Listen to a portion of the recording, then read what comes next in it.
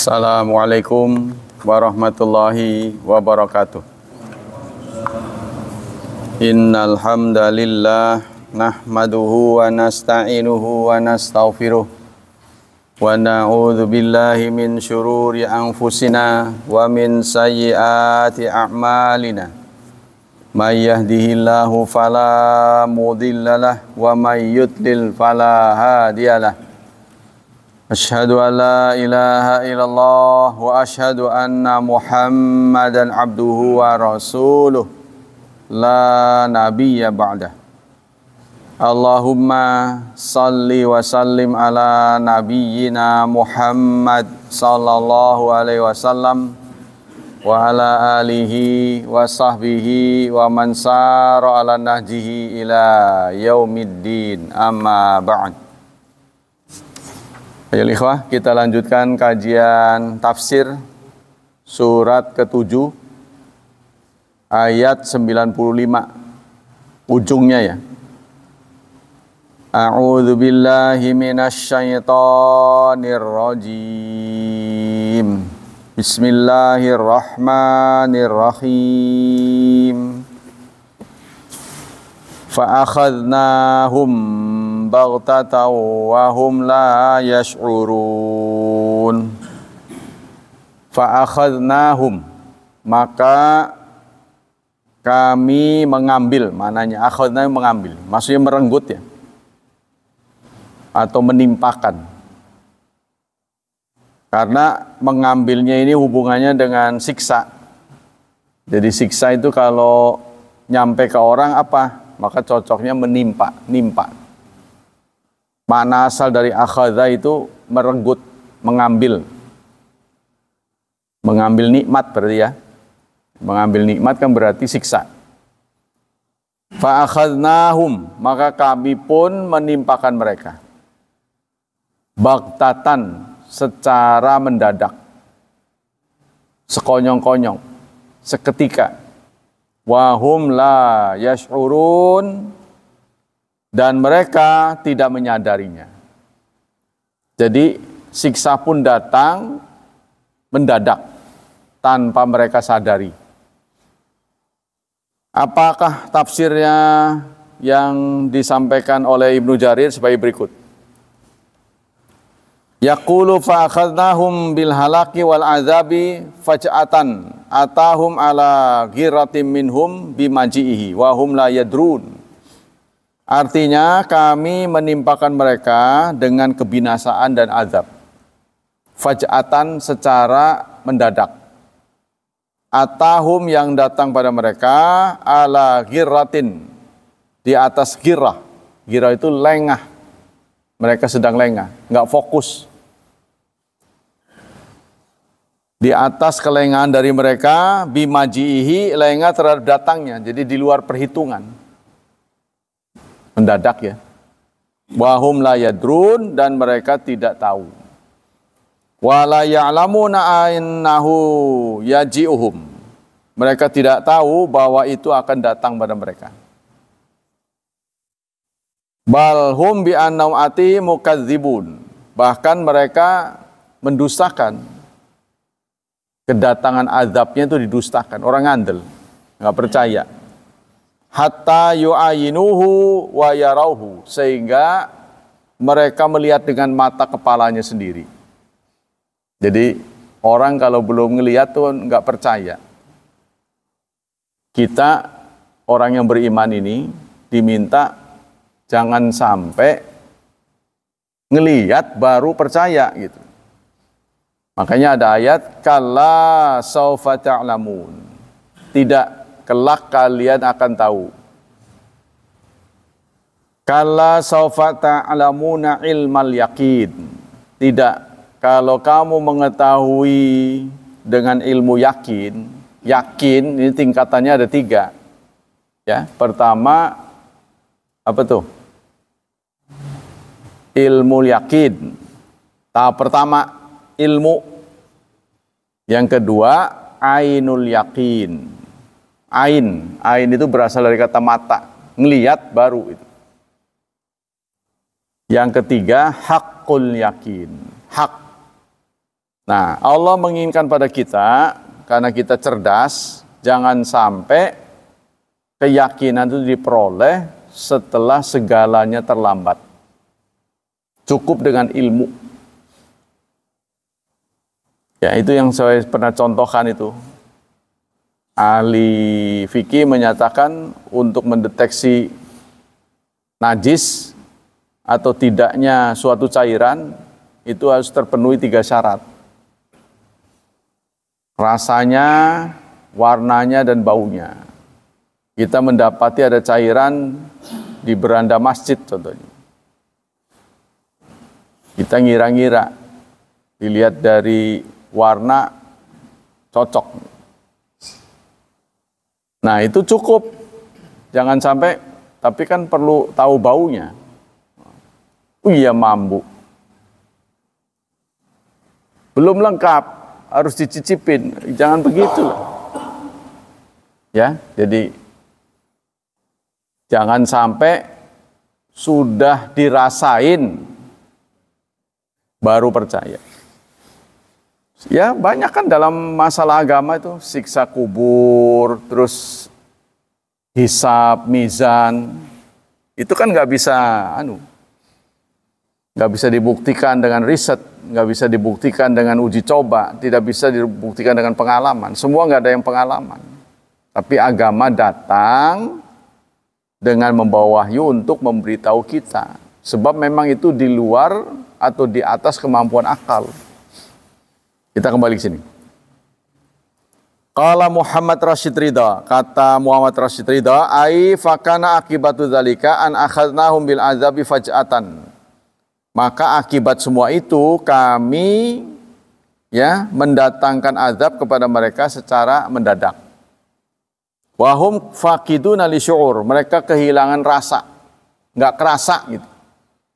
Nggak ada sinyal, nggak ada nggak ada tanda-tanda akan datangnya azab. Nggak ada tanda alam, nggak ada apa. Nah ini biasanya seringkali terjadi pada kematian ya. Seringkali terjadi pada kematian. Nggak ada tanda-tanda. Kadang-kadang karena urusan kecil bisa membawa kematian. Ya, seperti di sini kalau sekarang ini lebih banyak kasusnya pada kematian. Jadi di luar perhitungan gitu. Ya, kadang orang untuk mempertahankan nyawanya, untuk mempertahankan umurnya, olahraga. Karena supaya panjang itu. Tapi justru setelah selesai olahraga itulah dia mati.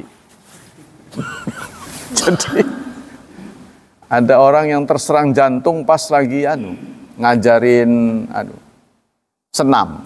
Wah, saya justru jadi guru senam supaya terhindar, malah kena. Jadi Allah punya banyak cara. Itu hanya sebab saja. Jadi kalau sampai orang kemudian mati nggak ada sebab kan aneh gitu. Jadi dikasih sebab dikit mah gitu. Tapi nggak perlu banyak. Maka inilah yang paling pantas kita waspadai. Ya, karena urusan kadang-kadang masih banyak yang belum diselesaikan. Tapi ya itu nggak selesai-selesai. Kalau ditanya jadi kapan?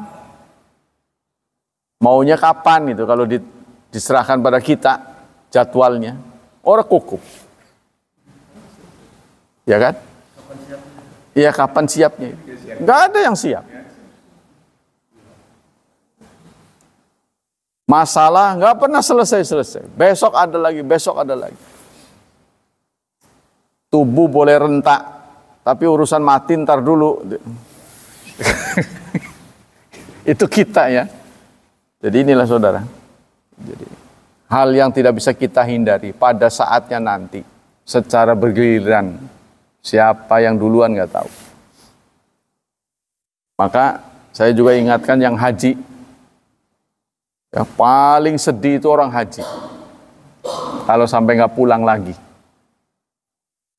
Maka itulah kebanyakan orang haji sebelum berangkat ya pamit-pamit gitulah gitu. Sebenarnya kan kalau menurut ajaran Islam rame-ramenya bagusnya sesudah. Tapi takutnya nanti nggak pulang lagi gitu. Jadi ada kasus, waktu saya ke sana itu, saya melihat seorang wanita nangis itu. Sampai ya kejer gitu. Itu masuk akal karena dia berangkat berdua. Di sana suaminya meninggal. Dan tajhizul janazah di sana itu beda dengan di sini. Perempuan mah nggak boleh masuk. Udah aja kalau diserah terimakan ke bagian udah dia nggak bisa ngelihat lagi. Bagaimana dia nggak sedih? Berangkat bersama, pulang sendiri. Nah itulah yang harus diwaspadai. Ya tapi kita nggak bisa nolak sih kalau memang sudah orang malah bersyukur bisa di sana. Ya karena kemungkinan besar, terutama apa? Mereka yang nggak siap fisiknya. Momen apa itu? Yaitu 3 hari ya. Jadi 3 hari, 5 hari lah.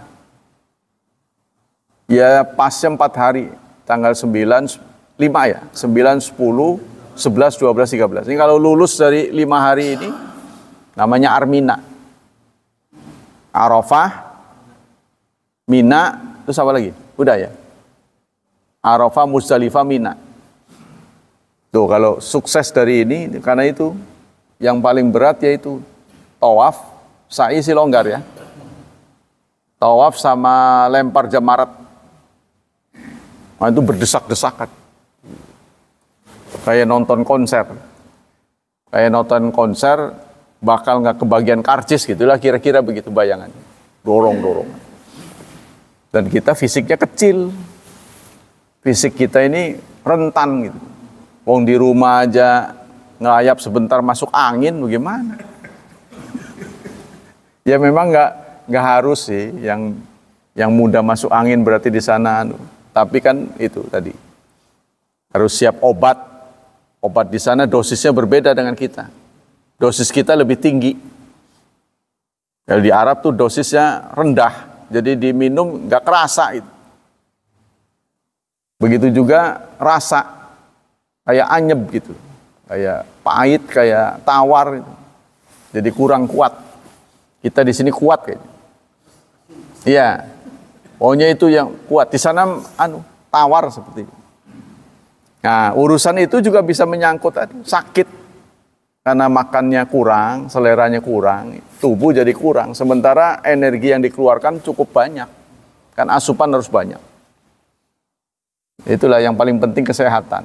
Jangan fokus memforsir diri dengan yang sunnah-sunnah, nanti melupakan kesehatan. Udah wayanya makan, ntar dulu lah zikir. Jangan. Kalau kita sehat, kita bisa berzikir. Tapi kalau kita nggak sehat, berbaring di rumah sakit. Kalau udah di rumah sakit, nggak ada yang nungguin, orang Arab semua. Mau ngobrolnya gimana? Itu kan bikin stres itu. Yang kita lihat dia bawa jarum, bawa obat. Pokoknya nyaman kalau sehat ya. Kita lanjutkan. Wa hadza ma'na wa hum faqidun syu'ur bima sayahilu bihim li'annahum kanu yajhalun sunanallah fil ismail basyari. Karena mereka enggak paham sunatullah. Jadi ada hubungan ketaatan ini dengan musibah, Saudara. Saya ingatkan begitu. Jadi kalau kita berkomitmen tidak taat pada Allah, musibah akan datang. Nggak usah diminta gitu, nggak usah kita menyeru, ya. Tapi ya itu kita bertanya-tanya, kenapa banyak orang yang ingkar pada Allah, contohnya di Eropa, bahkan tidak mengakui adanya Tuhan. Bikin nyesek gitu ya, bikin paleng aja. Suku, agama itu bikin menjadi titik perpecahan. Kata mereka begitu. Jadi ruwet dia, nggak mau.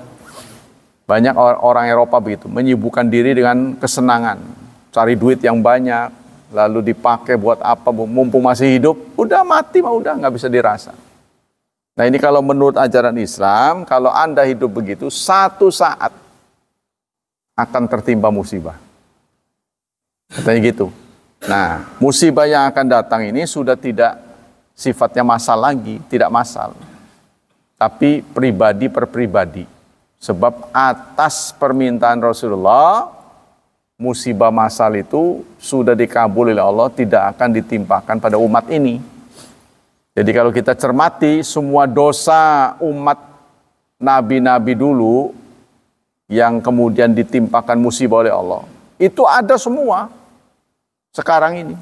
Pembunuhan ya ada, pemerkosaan ya ada, sodomi ya banyak, begal ya sering, kumpul semua. Tapi mengapa musibah-musibah itu tidak datang? Yaitu atas permintaan Rasulullah. Mohon ditunda. Tapi per pribadi ada. Nah, inilah dalam surat 6 ayat 44 Allah ingatkan. Falamma nasu, maka saat mereka lupa, ma dzukkiru bihi, apa-apa yang mesti mereka ingat, lupa apa yang ingat, lupa apa yang mesti diingat.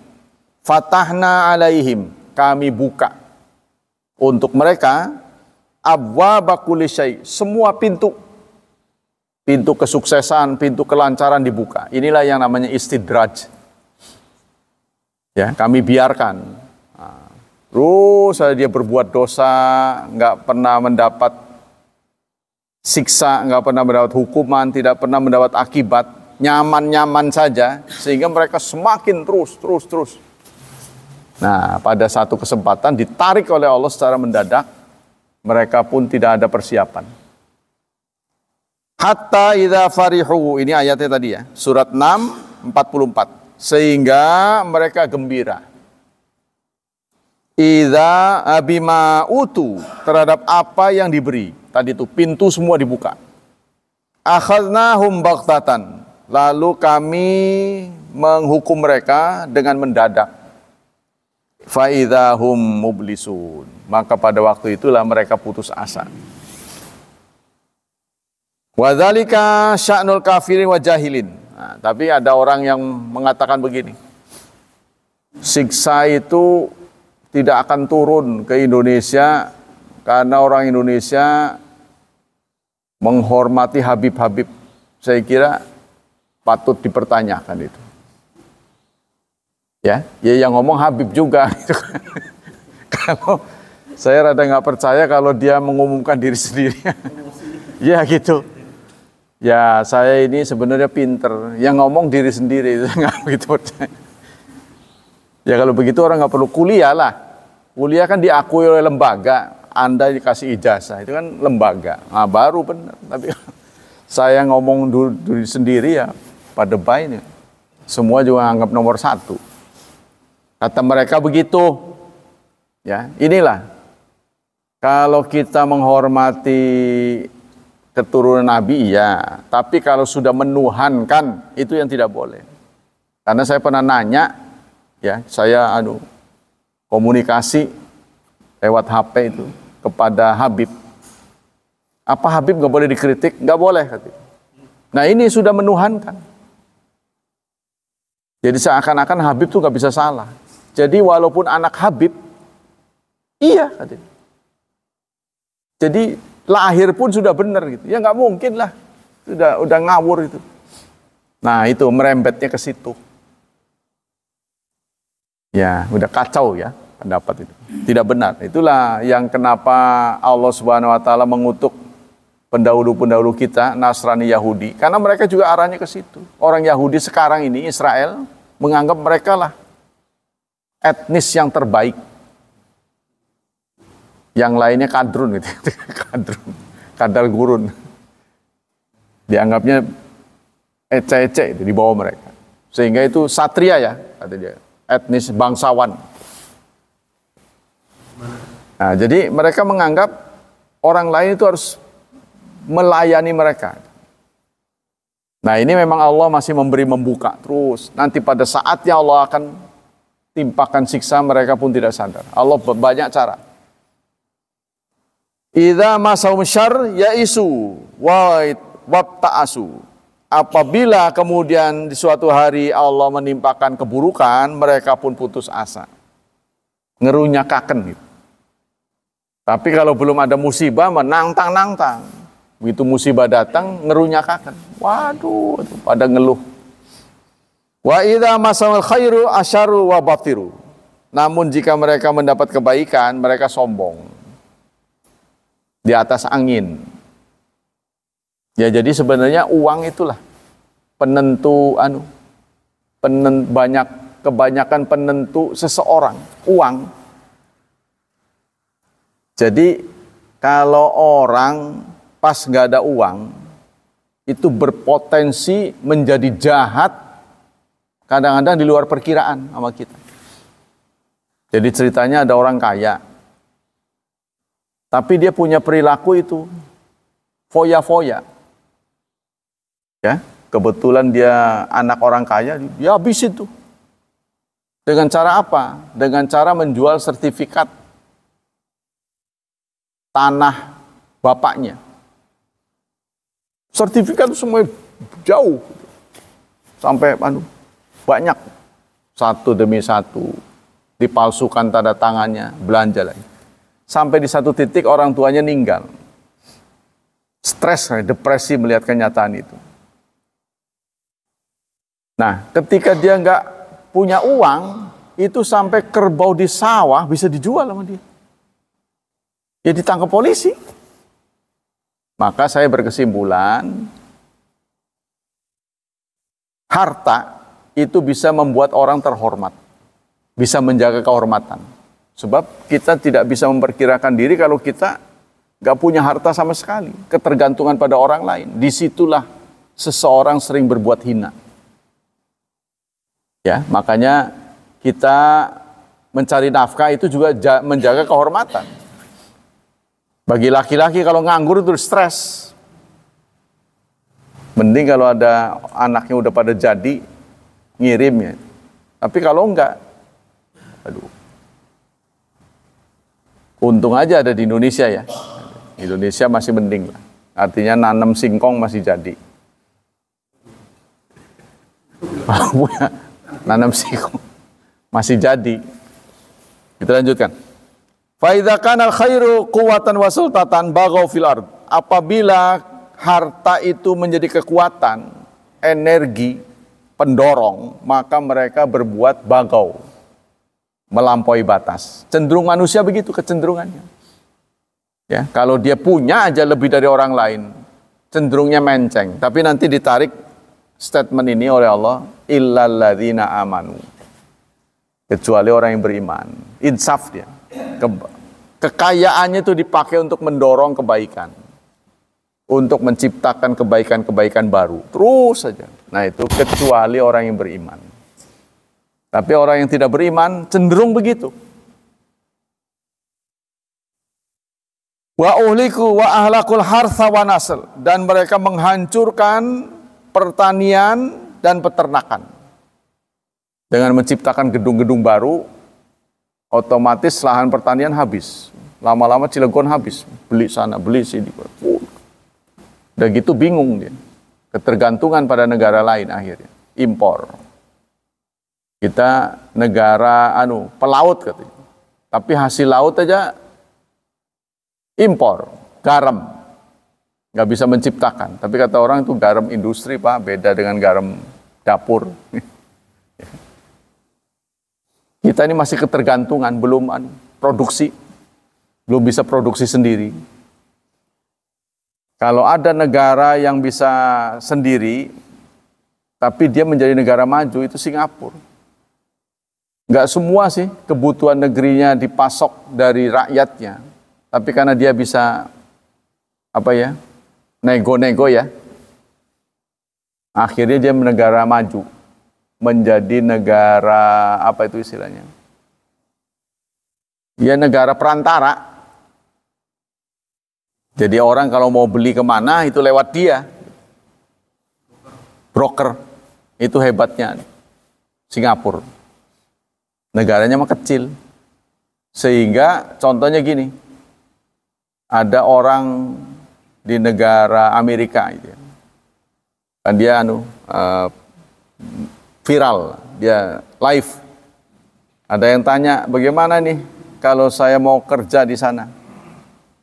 Ya Anda kalau kerja di sini beda, nggak bisa harus ada sertifikatnya. Yang gampang begini kata dia. Kalau kamu punya sertifikat kesehatan dari Singapura, diakui di sini. Nah, kenapa harus Singapura? Tuh contohnya itu. Indonesia nggak disebut. Padahal kan lembaga medis kan banyak juga, perawatan. Tapi ya nggak disebut. Nah inilah karena kurang percaya ya. Waqad qala Allah Ta'ala, begitu juga semakna dengan ayat ini, Allah berfirman dalam surat 17 ayat 73 dan 74. Ya, yang menyampaikan tentang watak manusia. Wa idza an'amna 'alal insani a'rada wa na'a bijanibi.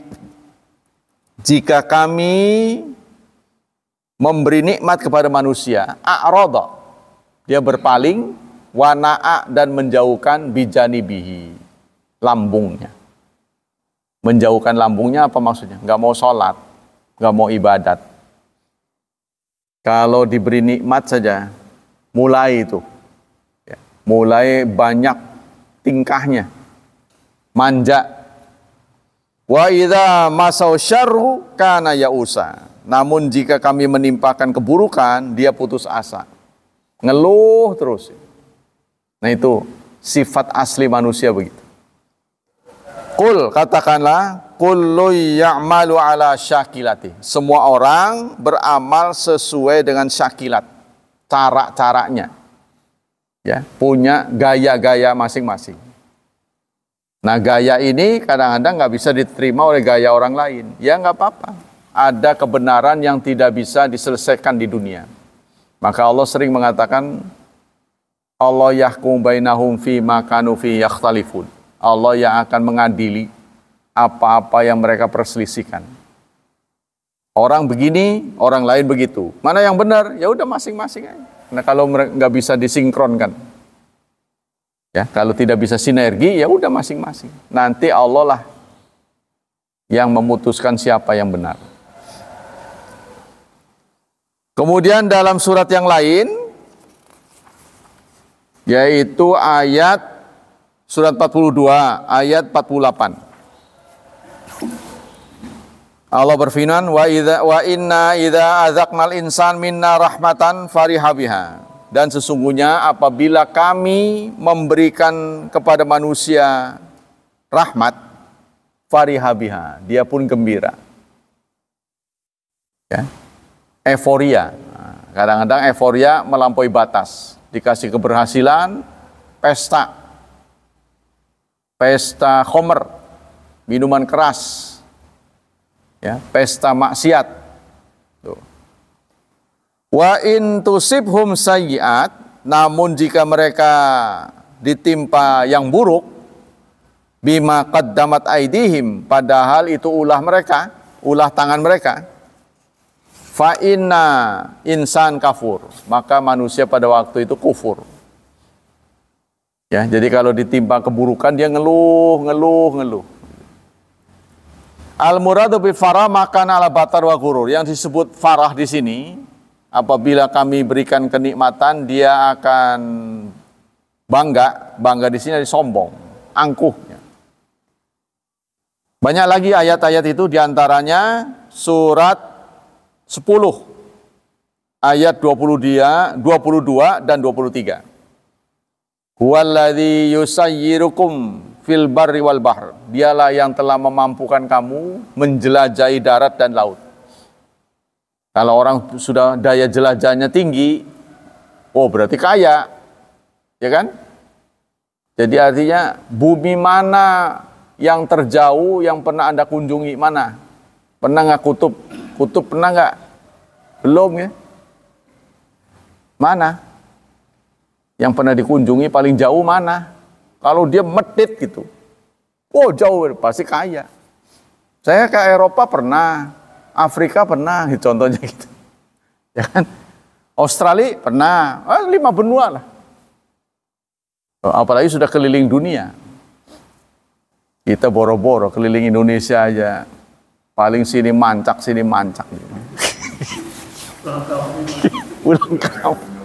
Itu pun masuk angin.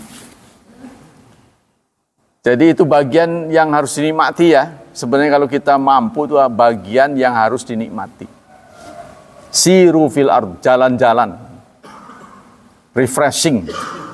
Menghibur diri ya. Karena keseharian ini kadang-kadang membuat kita jenuh. Nggak ada dinamika. Nggak ada kemajuan apapun yang kita capai dengan terus begitu terus. Nah, maka kita harus cari peluang-peluang baru. Jangan habiskan umur itu untuk seakan-akan pengangguran.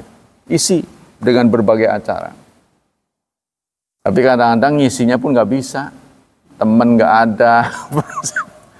Mau kemana lagi? Temen udah makin lama makin dikit. Diumumkan yang ono nggak ada ini, nggak ada itu, nggak ada. Waduh, makin sedikit. Ya kan? Jadi laki-laki itu pergaulannya tidak lebih baik daripada perempuan. Perempuan tuh bisa awet. Lihat tuh ibu-ibu seragaman. Ya kan? Kemarin tuh ada seragaman. Kenapa sih kalau nggak seragam? Gengsi dia. Heran saya, kayak sekolah aja seragaman. Maksudnya begini, kalau kita mewajibkan seragam, nanti yang nggak kebeli seragam itu jadi merasa minder gitu. Wah, saya nggak kebeli, udahlah, saya angguran keluar aja. Begitu nantinya. Ditakutkan begitu. Saya pernah melihat fenomena kiai ngajar dengan jumlah pengunjung itu mungkin sampai 400. Masjid itu penuh sampai keluar-keluar. Sampai di luar tuh dia jualan. Yang di luar ada jual beras, ada jual ikan asin, pokoknya kayak pasar kaget. Nah, yang saya lihat yang di pinggir itu biasanya yang bajunya koyak. Nggak pakai perhiasan. Yang di tengah itu, waduh, itu saya lihat, ya Allah, kok begini amat ya. Nah, seharusnya ini tidak dilakukan oleh umat Islam. Seharusnya. Saya lihat begitu. Jadi ibu-ibu tuh, perempuan kalau bersahabat tuh lebih kental daripada laki-laki. Saya lihat.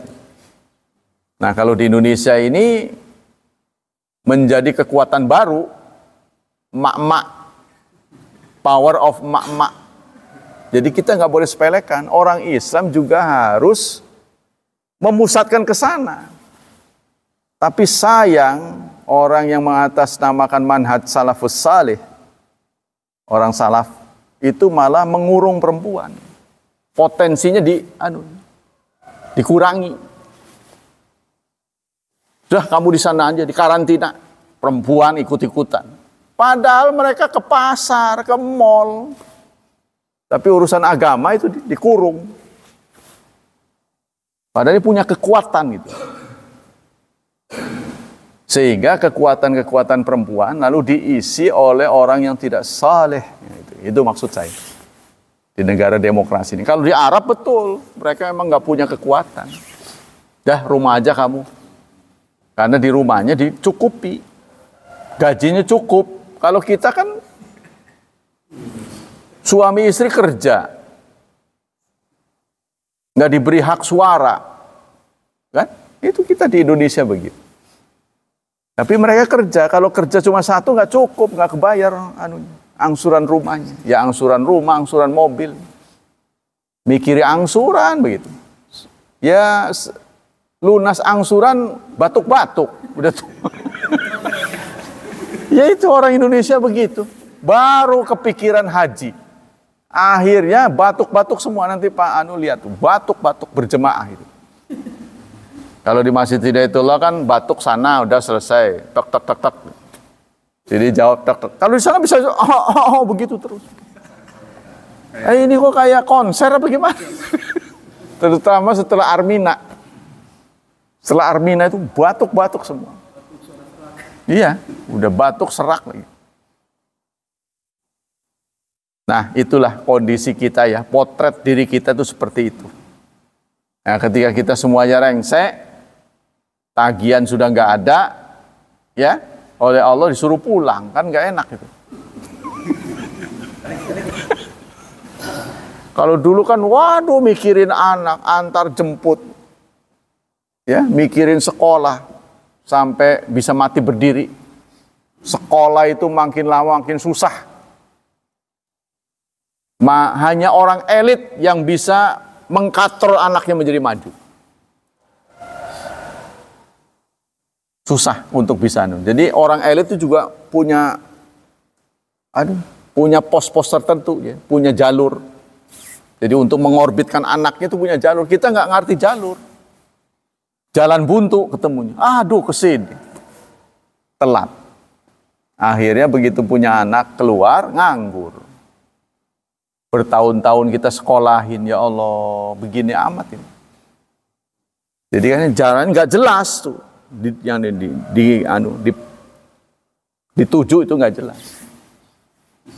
Iya, visi misinya itu nggak ngerti, pokoknya sekolah aja begitu tuh. Nanti mau kemana? Nggak jelas itu. Nah, itulah anak-anak kita hari ini. Apalagi sekarang semua lembaga pendidikan tuh arahnya komersil. Menguntungkan, jadi dagang, diperdagangkan pendidikan itu. Ya semualah, olahraga juga begitu. Tujuannya kalau olahraga tadinya buat sehat, tapi kan sekarang ada nilai komersil, bisa tuker-tukeran, bisa dibeli, bisa dijual gitu kan. Kayak pelacur akhirnya. Belum menerima jasa menggolkan bola. Kan? Pemain yang top mahal harganya, sampai miliar-miliaran. Nah, dalam surat tadi ayat 42 ayat 48 Allah menyampaikan huwallazi yusayyirukum fil arbal bahr. Dialah yang telah membuat Anda berjalan di darat dan di laut, bisa menjelajah, daya jelajah. Hatta idza kuntum fil fulki, sampai suatu saat Anda ada di dalam bahtera. Wa jaraina bihim birihin thayyibat. Dan bahtera itu pun jalan dengan angin yang nyaman. Wa farihu, dan mereka senang. Nah, ini yang kita belum pernah piknik ya. Pakai kapal pesiar. Oh, itu kayaknya ada keasikan tersendiri. Tapi kayaknya musibah yang dialami oleh orang yang dalam kapal pesiar kayaknya lebih serem ketika dia lihat ombak setinggi gunung itu di hadapan dia. Jadi artinya peluang untuk hidup kecil gitu. Nah, di sanalah dia ada dalam posisi ketergantungan, minta hidup pada Allah. Selamatkanlah aku. Jadi kehadiran Allah akan nampak di situ. Ya, hanya orang kalau udah kepepet, nah itu kan selalu mintanya pada Allah. Fokus itu. Ya bukan kita aja, Firaun juga begitu. Ketika dia peluang hidupnya udah kecil, dia ingat, lalu dia bersyahadat.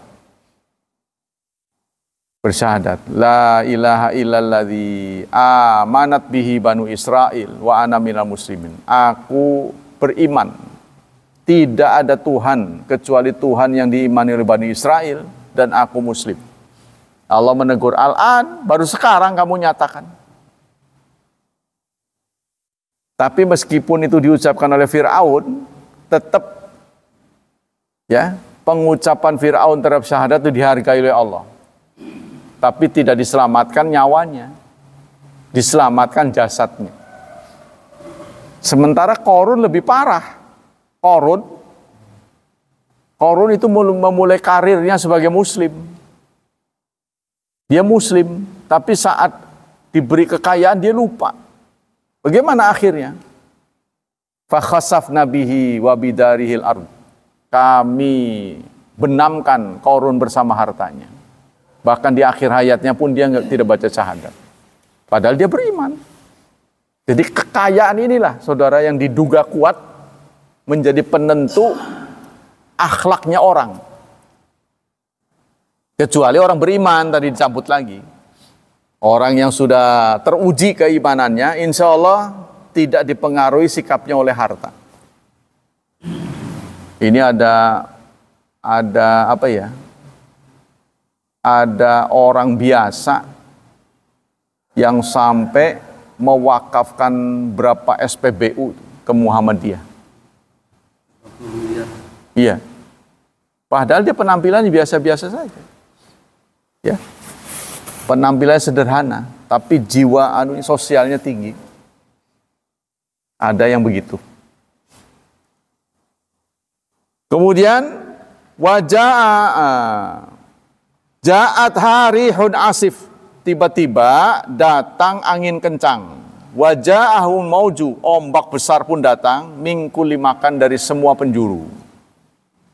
Wadhannu, dan mereka berprasangka annahum uhita bihim, bahwa mereka tidak mungkin ada kesempatan hidup lagi. Nah, disitulah da'awallah, mereka menyeru Allah, mukhlisin, dengan ikhlas. Tertuju, fokus, karena titik terang untuk hidup tidak mungkin lagi. Wah, kayaknya nggak mungkin. Lain anjaitana, jika sekiranya engkau menyelamatkan kami min hadhihi, dari musibah ini, lanakunanna minasyakirin, niscaya kami akan bersyukur. Itu janjinya. Saat dia di posisi genting, dia berjanji akan menjadi orang baik kalau selamat. Itu pernah juga dialami oleh Pak Habibie ya. Oleh Pak Habibie. Jadi ada fenomena aneh dari Pak Habibie ini. Mungkin kalau saya jadi Habibie, saya tidak bersikap kayak beliau, kesatria gitu. Hidup udah enak, diakui oleh Jerman, gajinya besar, mau-mauan ke Indonesia, bangsanya mengecewakan dia. Malah kepemimpinannya ditolak. Ya, akibat dari penolakan itu sangat shock istrinya ini. Karena istri sangat cinta pada suami. Jadi cinta keterlaluan juga bawa pikirannya. Terjadi juga nih di sekitar sini Rawa Arum. Suaminya dituduh korupsi. Istrinya yang mati. Kenapa? Dia mikirin terus. Jadi karena mikir terus, jadi lupa makan minum. Dehidrasi. Ya, jadi vonis dari dokter dehidrasi. Nangis keluarin cairan, harus diganti kan. Karena mikirin terus jadi nggak enak makan minum, malah mati duluan suami istrinya. Nah, begitu juga terjadi pada Habibie. Saya nggak bisa bayangkan ya, bagaimana kalau saya jadi Habibie. Karena dia dari kecil itu sudah mendambakan pesawat. Mainannya pesawat dari kecil. Ya, jadi dia sangat cita-citanya itu menguasai pesawat. Dan Allah kabulkan. Dia menjadi teknokrat, ahli pembuat pesawat. Tapi produknya tidak diakui oleh bangsa sendiri. Padahal berhasil terbang. Kata orang sih bukan dia tidak diakui bangsa sendiri, memang tidak diakui dunia. Kenapa tidak diakui dunia? Karena Pak Habibie orang Indonesia. Jadi sayangnya Pak Habibie ini orang Indonesia. Jadi kalau dia tadinya menolak pulang ke Indonesia, artinya gitu ya, karena dia sudah diakui oleh Jerman, lalu dia produksi di sana, mengatasnamakan Jerman. Wah, mantap itu. Istrinya waktu itu menjadi direktur rumah sakit. Di Jerman loh, rumah sakit anak. Tapi oleh Pak Habibie suruh pulang. Kenapa? Karena satu saat dia sakit, yang kemungkinan hidupnya kecil. Dia bersumpah, kalau sampai Allah selamatkan, saya akan berbakti pada negeri. Dia bersumpah. Karena itu, nggak ada orang yang mencoba mencari kejahatan beliau dalam bentuk korupsi, nggak ada. Orang gajinya nggak pernah dipakai. Gajinya nggak pernah disentuh sama dia. Karena dia serba kecukupan. Bayangin aja. Begitu meninggal, dilihat koleksi mobilnya 50 lebih. Koleksi aja didemen koleksi. Menurut saya sih kalau saya deket dia, nggak benar begitu tuh. Alhaqumut takatsur. Jarang dipakai tapi mobilnya bagus-bagus. Nah itulah. Ya, jadi nggak semua orang baik itu diterima. Sama dengan di zaman dulu mah ini Khalid bin Walid. Setiap operasi perang yang dipimpin oleh beliau nggak pernah gagal. Sukses, pasti menang. Jabatan jenderal beliau dicabut oleh Umar bin Khattab. Bayangin tuh kalau itu terjadi di Republik ini. Si Opung contohnya, nah banyak cangkem langsung pasti dia marah-marah. Contohnya ya. Nah, tapi Khalid ikhlas menerima, kemudian dia menghadap Umar bin Khattab, mencari sebab. Apa sebabnya? Apa kesalahan saya sehingga Anda mencopot saya sebagai prajurit? Orang-orang mengelulukan Anda sudah setara dengan Tuhan. Jadi setiap perang Khalid begitu. Disuruhnya gitu prajuritnya. Memang prajurit selalu manggil komandannya pasti. Khalid. Nah, itu sudah tidak menyebut Allah lagi. Sehingga ini mengganggu akidah. Jalan satu-satunya Anda harus saya turunkan. Baik. Dia taat. Siap. Dia lari lagi, izin ke medan perang. Tapi sebagai prajurit. Tuh hebatnya tuh Khalid. Gak sakit hati. Jadi dia gak pernah berdendam mengumpulkan kekuatan untuk mengkudeta Umar. Gak pernah. Turut. Inilah karena keberimanan. Ikhlas. Jadi kita semuanya ini kalau kita mau gambarkan, ya hanya kayak sinetron saja kita hidup di dunia ini. Ya, kita dijadikan begitu sebagai muslim yang pas-pasan. Itu ditakdirkan oleh Allah. Allah mampu membuat kita kaya raya, tapi Allah tidak mau.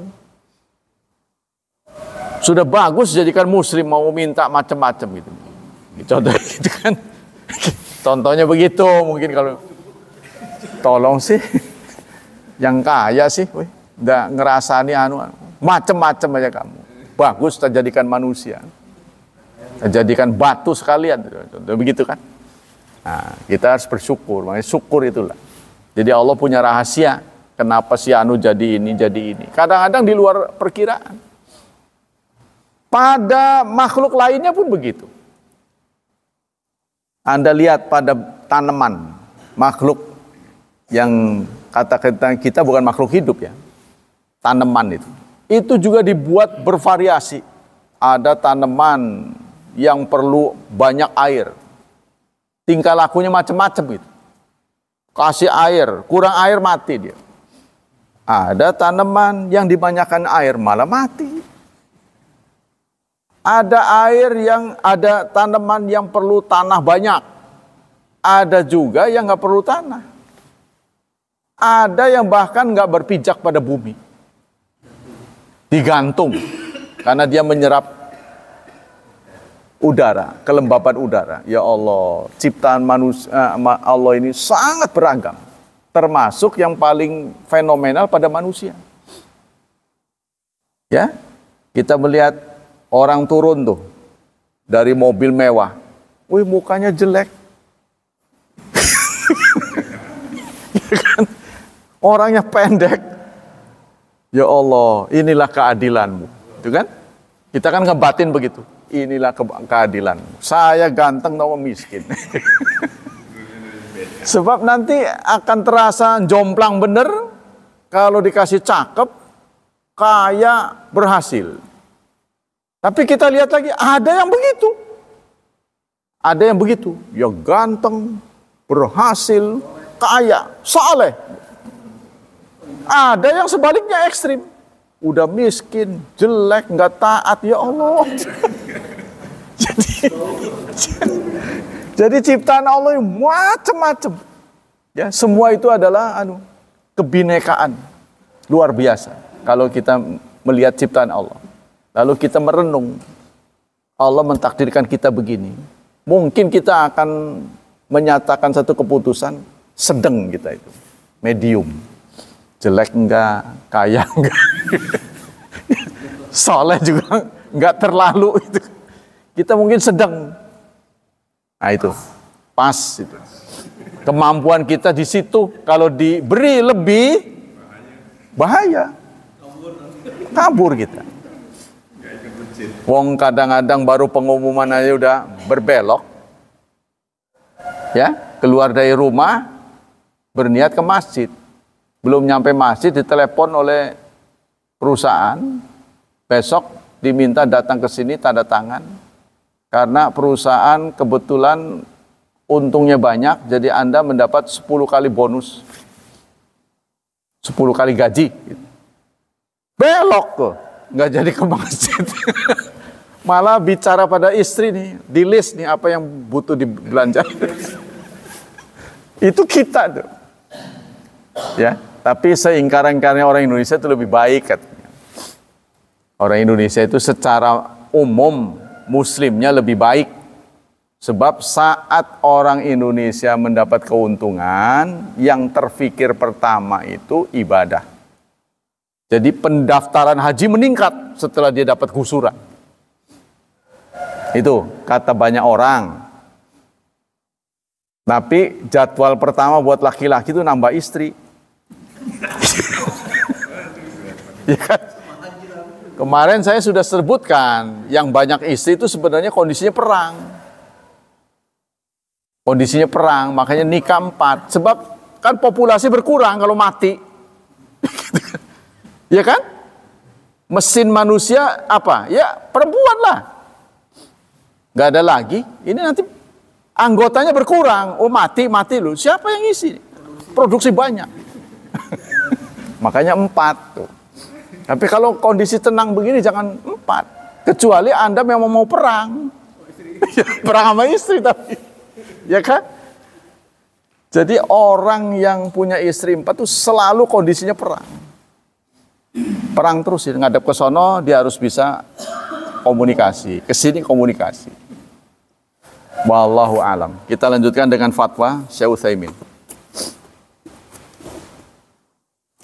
Bismillahirrahmanirrahim. Masih di seputar muamalat.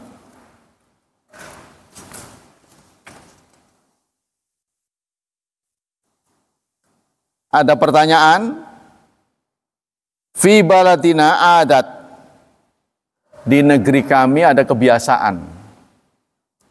Idza arada ahadun nas ayyabi'a naw'an min bahimat am'am al-inas zata laban yasbisuna laban fi dar'i hadhil bahima li muddati yaumain.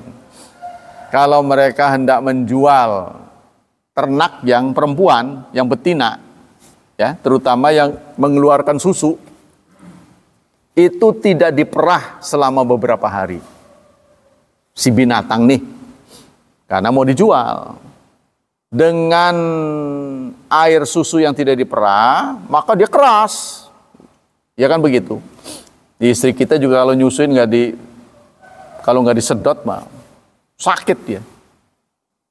Jadi kalau udah masanya keluar susu, perempuan nggak disedot, bengkak dia. Makanya kan kalau mau nyapi itu bengkak dulu. Ya, begitu juga pada binatang sengaja tidak diperah sehingga kelihatan gede.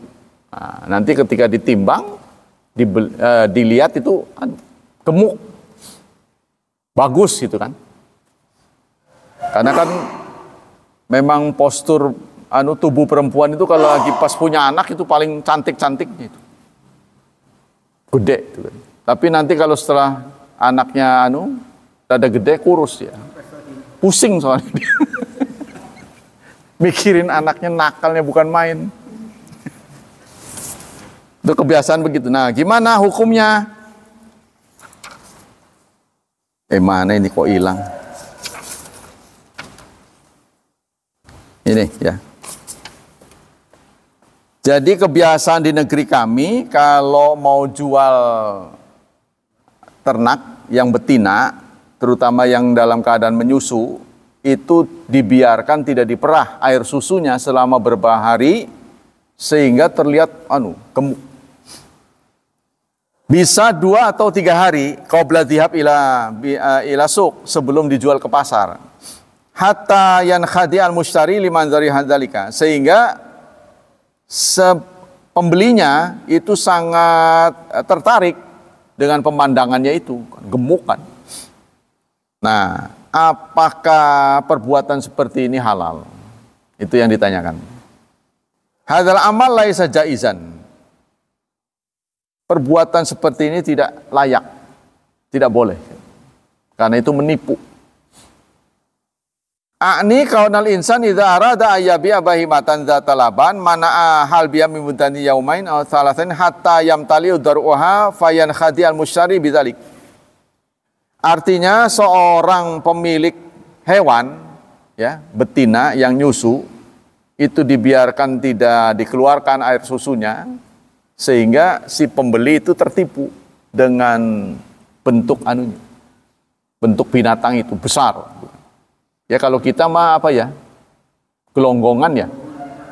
Ya, jadi sebelum dijual itu mulutnya disebor pakai air. Dikocorin supaya perutnya isi air. Timbangannya berat. Dikocor, menyiksa sih sebenarnya. Ya kalau di viral di internet tuh kita bisa lihat tuh cara menggelongkong, dibuat kayak tuh selangnya kayak yang buat ke sawah itu, buat nyedot tinja lah gitu, ya selangnya masukin ke mulut, penuh air ya, jadi berat. Nah perbuatan begitu bagaimana? Menurut sini haram, nggak boleh. Hadza amalun muharram, ini adalah haram. Li'anna nabiyya naha anhu fi qaulihi, karena Nabi pernah bersabda, la tusarul ibil wal ghanam. Janganlah kalian ya menahan onta dan kambing. Yang namanya tasriyah itu jangan kamu tasriyah kepada onta dan ghanam. Tasriyah itu adalah menahan susu tidak diperah, dibiarkan dalam kantongnya sehingga kelihatan gede ya. Nah ini dilarang oleh Rasulullah. Hatta yudhanu anna zata labani katsir. Sehingga tercipta anggapan bahwa ya hewan itu besar. Fa hadza wuqun baina nahaan Rasulullah sallallahu alaihi wasallam. Ini yang dilarang oleh Rasulullah, tidak boleh. Wa huwa aidan minal ghish. Ini termasuk ngetuk. Jadi sebenarnya seorang penjual itu harus menjelaskan kondisi yang akan dijual dengan sebenar-benarnya.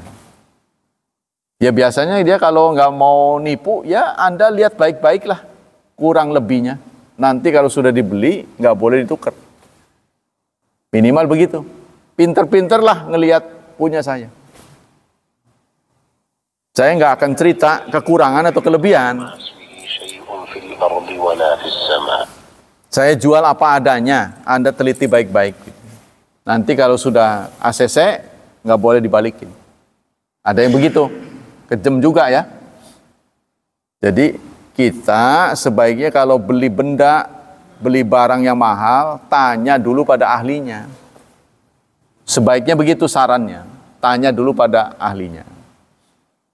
Nah, apa kriterianya benda ini bagus? Mau beli mobil, tanya pada ahli mobil. Kalau kita nggak ngerti, jangan lihat fisiknya aja karena bisa dipalsukan kan. Ya, artinya bodinya bagus, dalamnya rongsok, gitu. Kita nggak tahu. Begitu juga HP bekas. Pokoknya yang bekas-bekasnya harus hati-hati. Kita tanya pada ahlinya. Nah, setelah dia kriteria yang bagus begini, menurut dia bagus, kalaupun kita harus bayar ya. Meminta jasa dia untuk meneliti gitu. Karena ahli kan.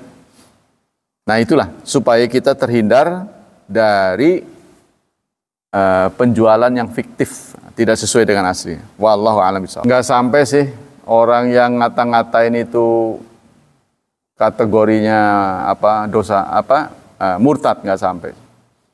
Kecuali kalau dia menuduh kita kafir ya. Kalau dia mengkafirkan, nah itu baru. Nah, pelecehan dalam bentuk kata-kata itu biasa terjadi. Biasanya orang yang beda dengan dia itu selalu begitu. Jadi orang ngatain itu ada beberapa kemungkinan. Boleh jadi dia iri karena dia tidak mencapai. Jadi kita harus tetap mengapresiasi lah. Mudah-mudahan tuduhan dia itu sebagai pemberat amal. Pemberat amal. Ya contohnya Saat saya rajin melebihi teman-teman, dipanggilnya Syekh, Syekh. Alhamdulillah. Nggak usah marah. Syekh, Syekh. Ya. Alhamdulillah. Masih juga belajar dipanggil Ustadz. Ustadz, Ustadz. Alhamdulillah. Tapi dia ngomongnya bukan seaslinya. Ngeledek. Ustadz kita lewat. Alhamdulillah. Kalau kita marah kan nggak ada gunanya. Melayani mereka. Kadang-kadang kalau dilayani semakin jadi. Semakin jadi. Tapi ada orang yang juga ngatain karena apresiasi. Syekh, karena dia melihat kesungguh-sungguhan kita. Ya alhamdulillah. Itu mudah-mudahan menjadi pemberat amal. Kita nggak pernah bisa meraba niat orang. Satu itu. Yang kedua, kita tidak bisa memaksa orang untuk memberikan like pada kita. Semuanya memuji kita, nggak bisa.